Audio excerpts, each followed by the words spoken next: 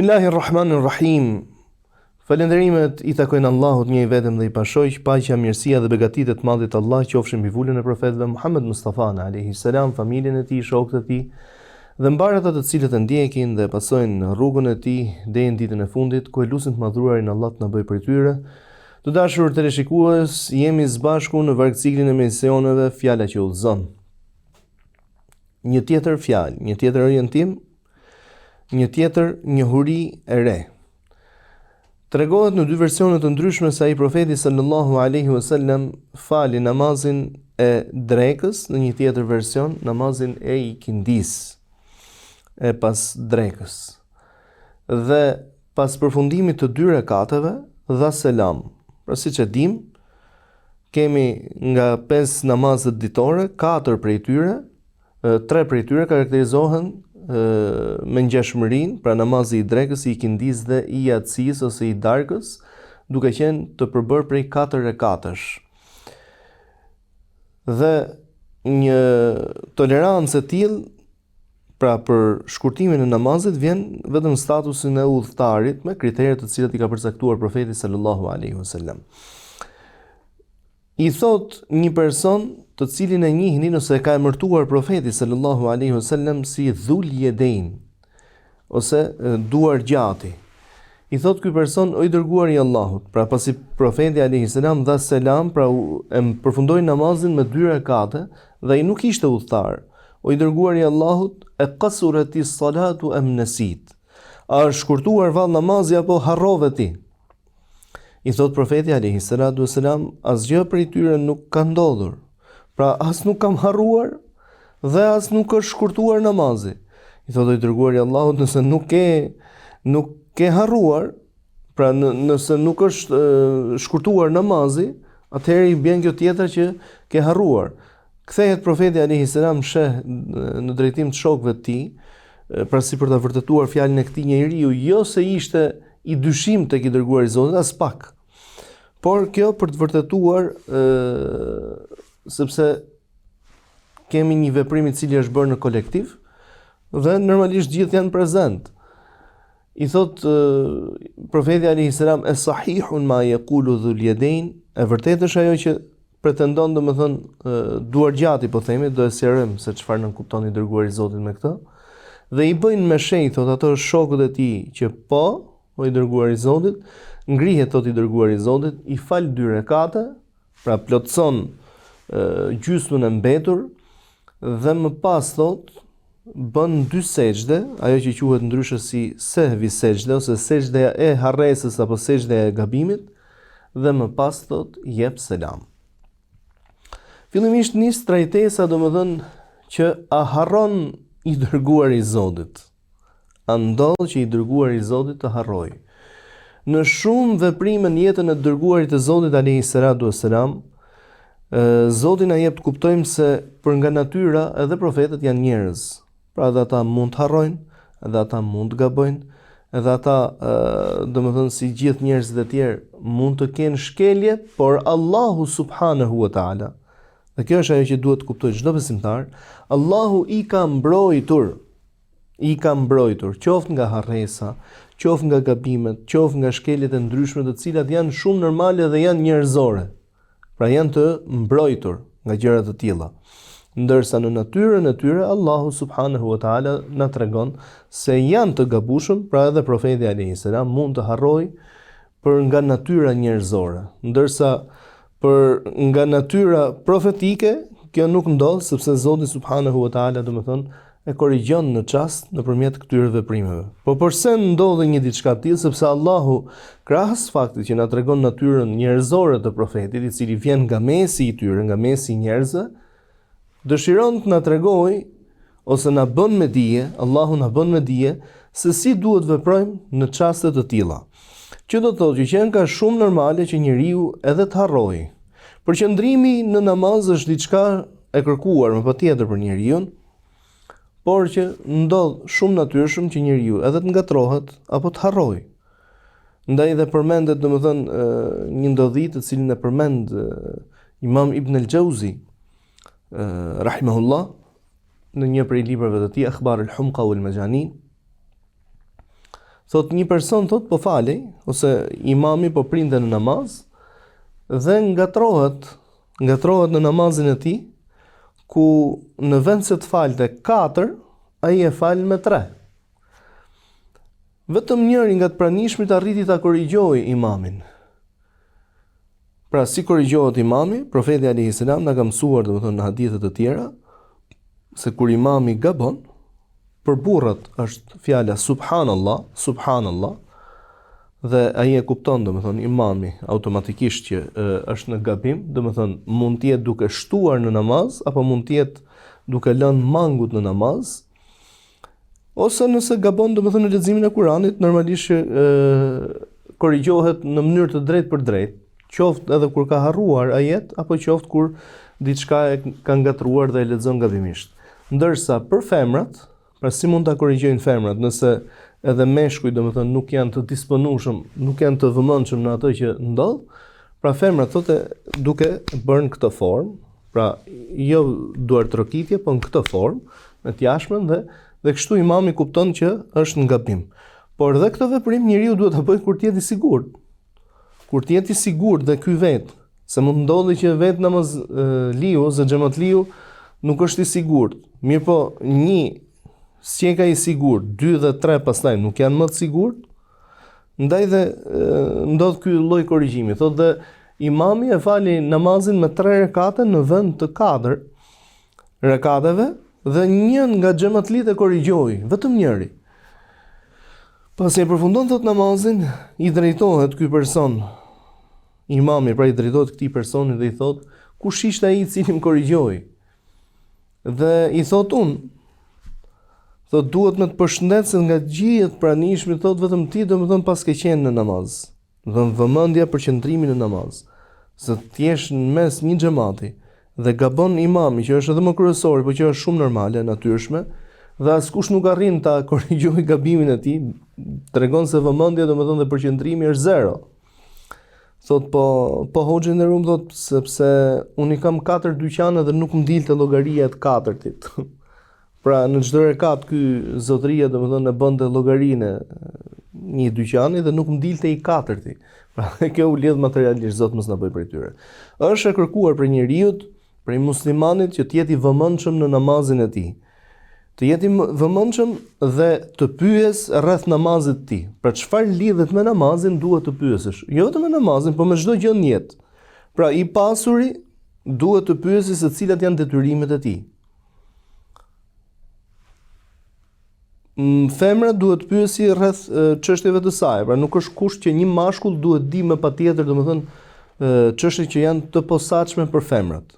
Nuk po flasim për njeriu në specializuar, por po flasim domethënë për muslimanin në përgjithësi. Pra gjithsej i cili pyet atë që e ka të domosdoshme për jetën e tij. Dhe në kuadër të namazit njeriu duhet di rreth namazit.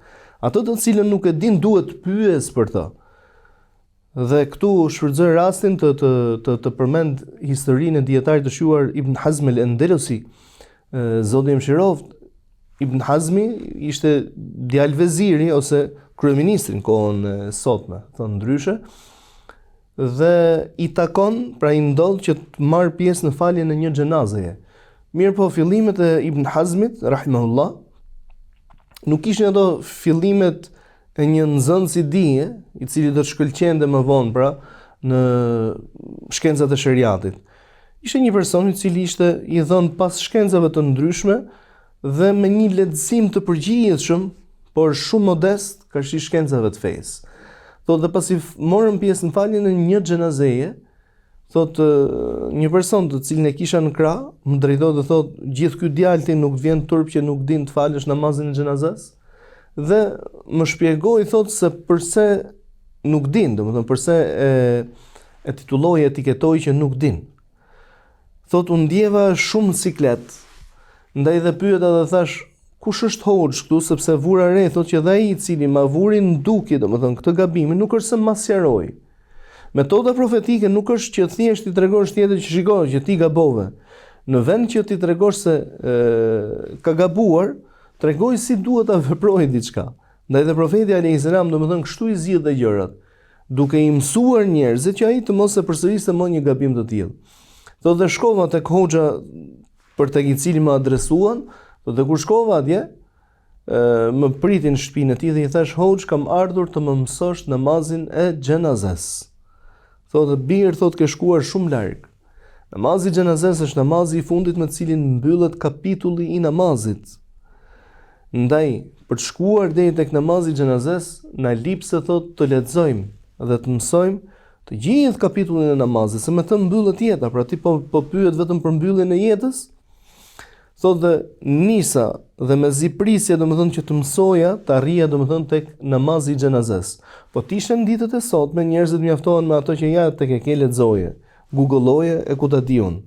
Ndërsa njerëzit të cilët kishin kulturë, vetdije, e dinin se çfarë do të thotë që dituria është amanet, njohurit fetare janë amanet, shkonte tek specialisti, sepse në Islam ne nuk mund të kemi domethënë dituri autodidakte. Nuk ka kush të korrigjohej dhe nuk ka kush domethënë të mund të menaxhojë në rastin konkret. Do të me ziprisja që të arrija domethënë tek fundi I kapitullit të namazit që ishte namazi I xhenazes. Dhe kur arritëm në fund të tij, kuptova, pra pasi më mësoi hoxha, studiova me të, kuptova se dhe vet imami, ose jo imami, po njeriu të cilin e kisha në krah, edhe ai thotë kish falur gabim dhe korrigjimin që ma kish bër gabim. Mirë, po u bë shkak një ndërhyrje e tillë që Ibn Hazm el-Andalusi t'i futet domethënë diturisë dhe shkencave fetare. Le të ndalemi me fillimin e hadithit, por para se të futemi tek hadithi konkretisht dhe diskutimet rreth këtij orientimi, vrejmë në hadith që profeti sallallahu alaihi wasallam I drejtohet këtij personi me dhul yedain, duar gjati ose duar shkurtri. Mund të kuptohen që të dyja. Komentatorët e hadithit kanë thënë, ky person e ka pas emrin Khirbaq ibn Amr. Khirbaq ibn Amr ka qenë emri I këtij personi, I këtij sahabiu të nderuar. Domethënë, duke vënë re që I thot duar gjati ose duar shkurtri, komentatorët e hadithit kanë folur dhe kanë thënë nën kuptohet me duar gjatin që është dorëdhën. Është dorëdhën.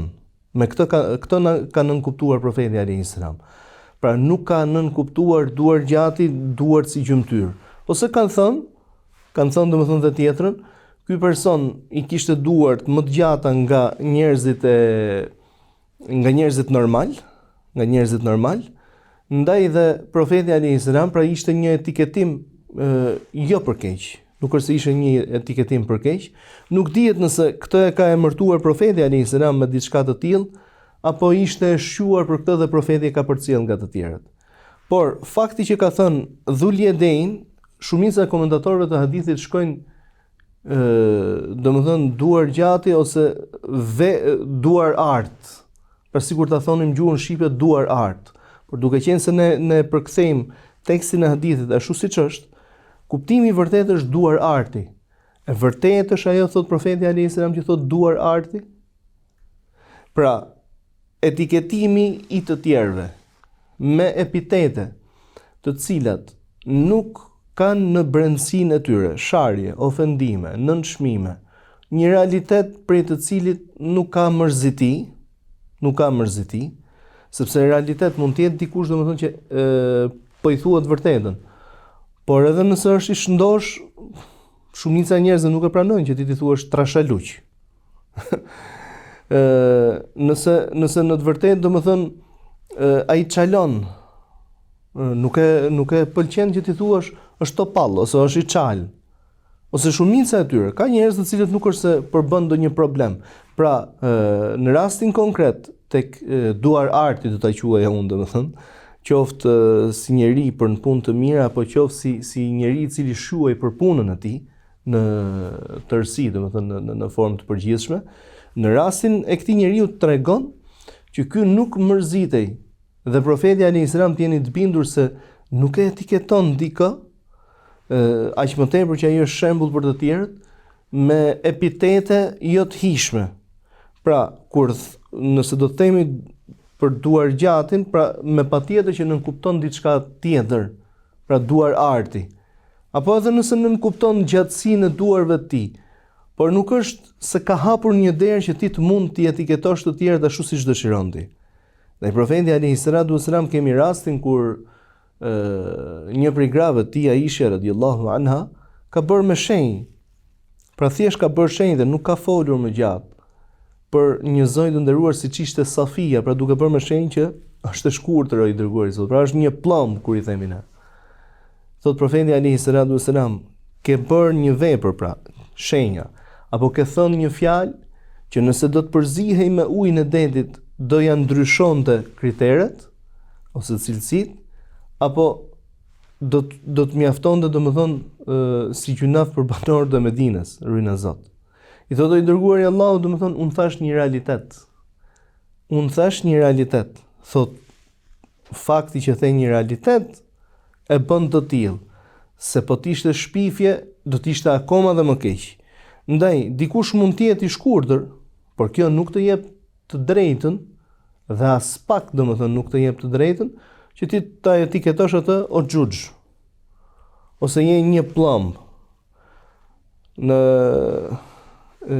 dialektin Tiranës për shembull, je sa i shapk, e përdorin për femrat. Kjo nuk ta jep të drejtën. Ndaj njeriu duhet të etiketohet të mos e prek tjetrin. Pra me gjëra të cilat ekzistojnë. Pra në rastin e hadithit të profetit alayhi salatu wasalam janë dy versione. Ose i dërguari i Allahut sallallahu alaihi wasallam ka nënkuptuar atë për cilën është shuar ky sahabi si fakti domethënë që njeri fisnik dhe duar art, ose është e dyta, duar gjati, por nuk ka qenë një epitet që kishte për qëllim domethënë nuk nënkuptonte domethënë ofendim për tjetrin. Ulje e gjërat kësaj natyre, nuk e përmbante diçka të tillë. Ndaj le të edukohemi me edukatën profetike, me orientimet profetike me patjetër dhe t'i përmbahemi mësimeve të profetit alayhi salatu wasalam. Por se çrregulla dhe këshilla marrim pikërisht nga ky orientim i profetit alayhi salatu wasalam, për këtë do të flasim në pjesën e dytë të këtij emisioni.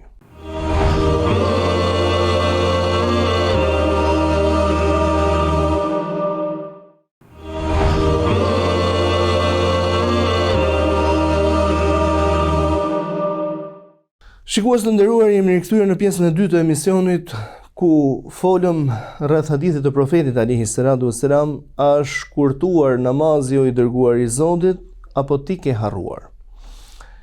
Rregulli i parë të cilin e mësojmë është që kur imami gabon, normalisht që ai i cili prin në namaz është më i dituri me patjetër, por është më zyrtari.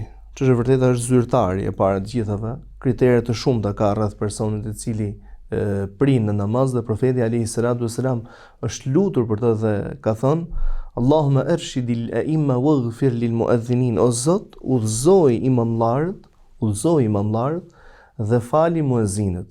Domethënë, fakti që i dërguari i Zotit lutet në këtë formë sepse pasojat e gabimeve të këtyre njerëzve janë më të mëdha se sa pasojat e muezinit i cili mund ta thrasë ezanin para kohe apo mund ta thrasë pasi ka kaluar pjesë e mirë nga koha e tij, si rasti për ezanin e sabahut, për shembull, ku mund të diskutohet syfyri, koha e syfyrit.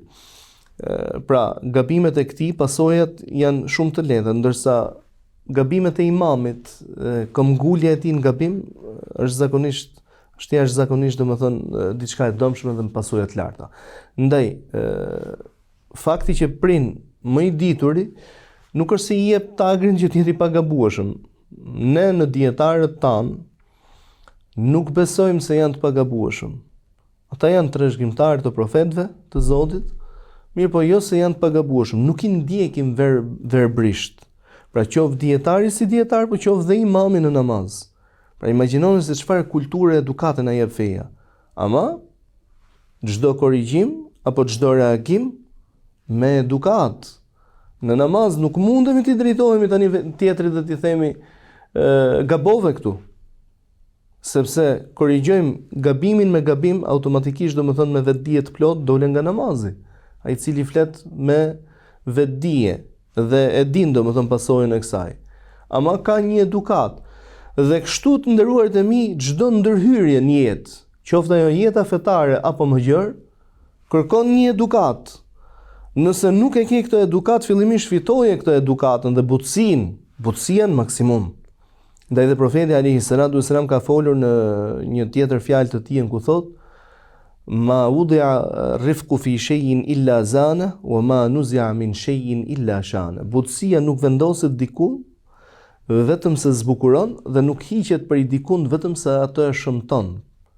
Ndaj butësi, dhe në rastin konkret edukat, po përse ky person në rastin konkret nuk reagoi ndaj profetit alayhi salatu wasalam me subhanallah, sepse në rastin konkret të nderuarit e mi ne kemi të dërguarin e Zotit. Dhe duke patur të dërguarin e Zotit mundësia që të ndryshojnë, pra edhe të kemi ndryshim të këtyre ibadeteve dhe adhurimeve, është e mundshme. Pra sahabiu ka edukat. Mirë, por nuk mjaftohet me faktin që shiko, pra vepra e profetit ndoshta do të ishte e mjaftueshme. Ndërkohë që hadithi na mëson, fjala profetike na mëson se çdo gjë në këtë fe është e konceptueshme. Të lindë drejta të pyesësh. Pra nuk është kjo që mos pyet pse për gjithçka. Pyet përse, po pyet për gjëra të cilat ty me të vërtetë interesojnë.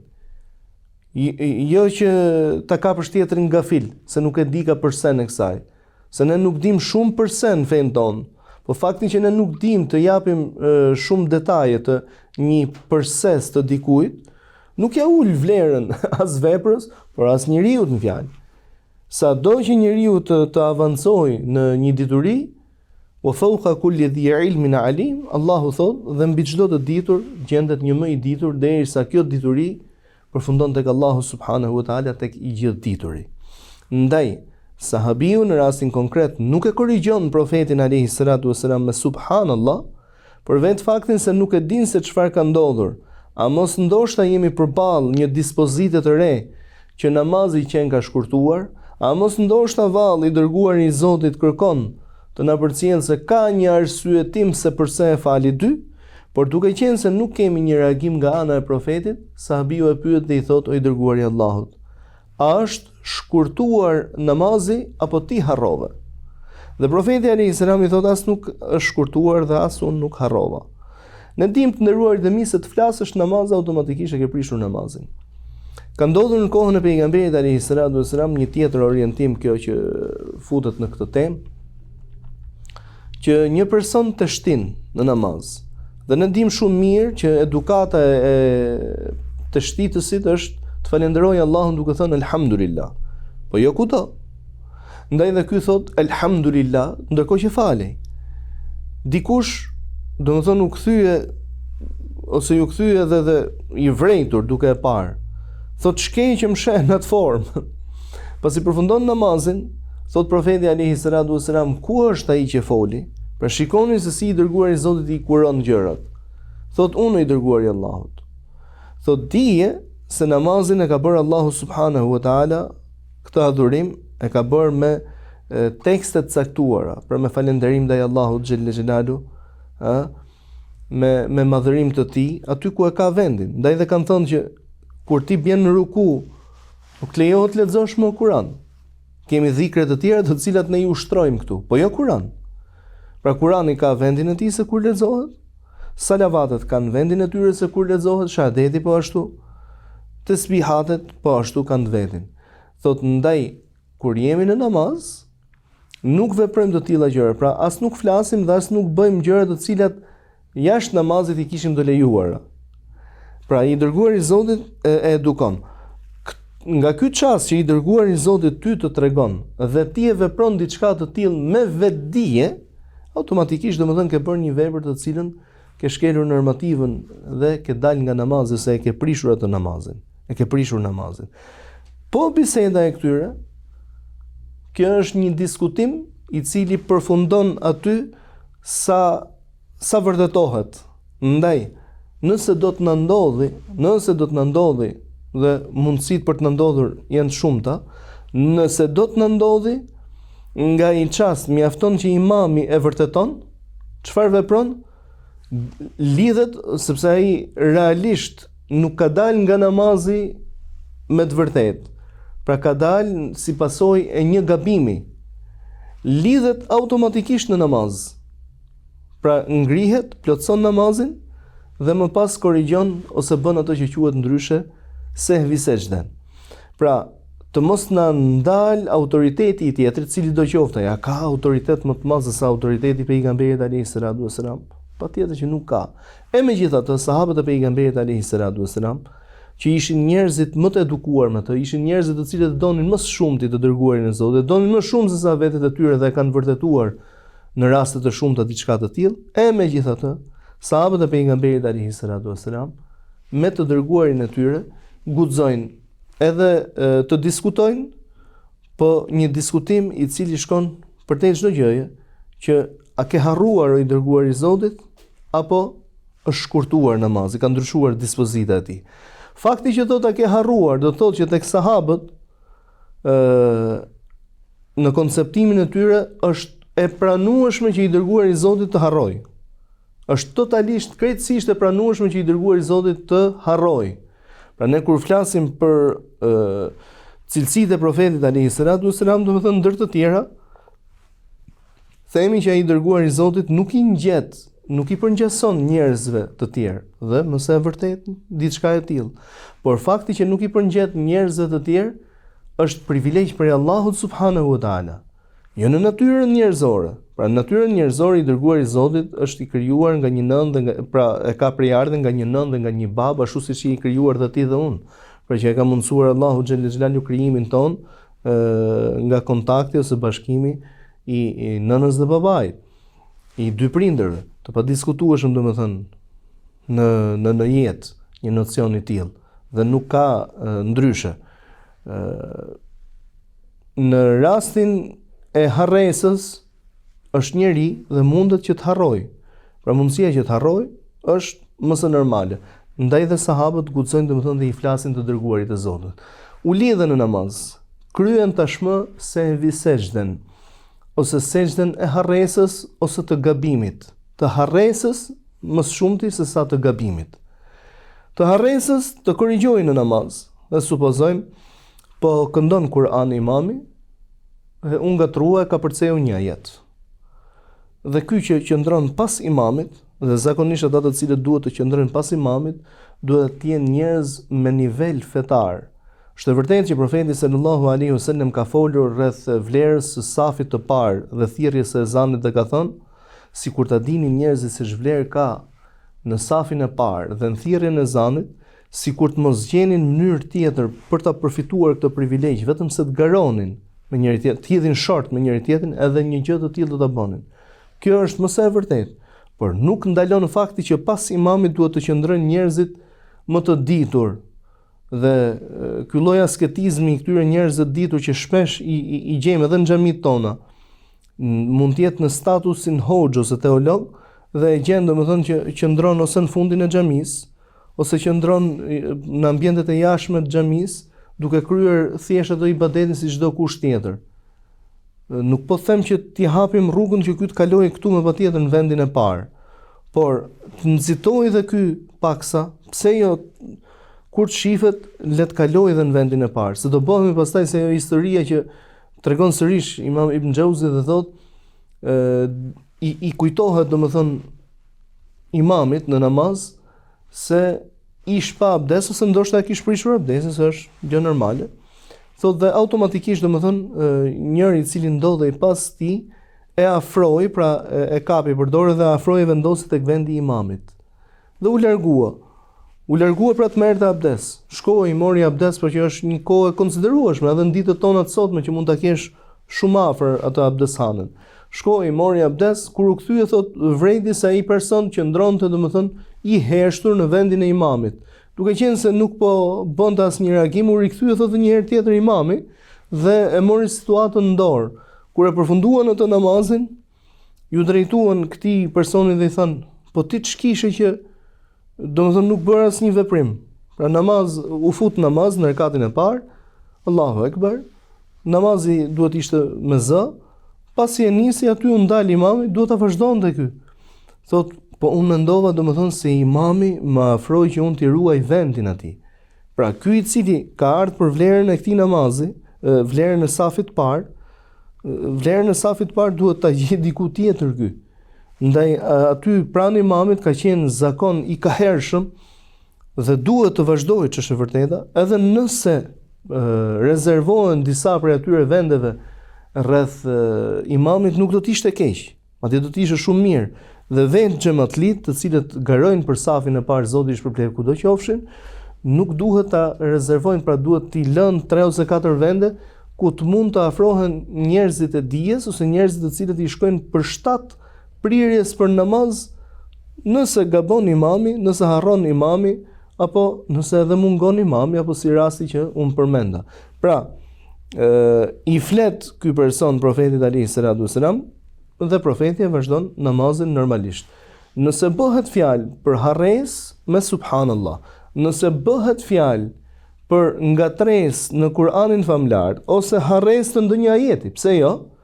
E korrigjon ky I cili ndodhet nga pas dhe nuk ka nevojë më pas përse e visejë sepse e korrigjojnë çast. E korrigjojnë çast një diçka të tillë. Kujtohet dikur isha I ftuar në periferi të Tiranës për drejtuar faljen e një teravie dhe subhanallahu si çdo krijesë e gjallë, në një ndër suret më të preferuara të mia ç'është e vërteta, teksa lexoja në namazin e teravive, e harroja një ajet, por e kuptoja dhe vetë që këtë ajetin po e harroj. Ndaj rikthehesha edhe një herë tjetër, pra, më para, por sërish e harroja, e kapërceja ajetin. Pra nëse isha ajeti, duhet të lexoja ajetin 3, kaloja më një herë tek ajeti numër 4. Këtë e kuptoja, mirë po nuk po kujtoja ajetin numër 3. Dhe një person I cili ndodhej pas me, I cili edhe e dinte surën, më flet namaz dhe më thotë, jo hoxh, e ke harruar një ajet. Pra që e kam harruar këtë e di unë, por unë kam nevojë domethënë të më korrigjosh ose të më kujtosh. Nga çasti që ti më kujton dhe unë e korrigjoj në çast, gjithçka është zgjidhur aty, pra jemi marrë vesh. Pra lejohet ta korrigjosh imamin në namaz, por me kusht që të jetë harres, që ke harruar një ajet, e ke kapërcyer, ose të jetë zëvendësim. Pra mund të jetë wallahu azizun hakim, për shembull, dhe ti e ndryshon në një epitet tjetër, në një ajet tjetër. Ktu ti ndërhyn, lejohet të ndërhysh. Por nuk lejohet, domethënë, sepse ka prej tyre të cilët e teprojnë nganjëherë, që mund të ndërhyjnë deri edhe tek shqiptimi. Pra nuk e shef shqiptimin e mjaftueshëm, pra I duket sikur nuk e ka shqiptuar siç duhet dhe kërkon të ndërhyj ajo që njihet ndryshe edhe si shkenca e tajvidit. Aty nuk tham me ndërhyj. Pra nuk e lexoj atë ikhfan. Nuk tham që të lejohet të ndërhysh aty. Tham të ndërhysh tek këto të tjerat. Harroj subhanallah, shtoj pra I avëndije me subhanallah, lamangut me subhanallah, gaboj në leximin dhe këndimin e Kuranit, ndërhyj duke e korrigjuar që të mund ta lexoj ashtu siç duhet. E lutim Zotin xhelel xhelalu të na bëj prej modestëve, të na bëj prej atyre që dëgjojnë dhe binden, të na bëjmë prej atyre të cilët me shpirt e praktikojnë fenë e tyre. Amin. Alhamdulillahi rabbil alamin.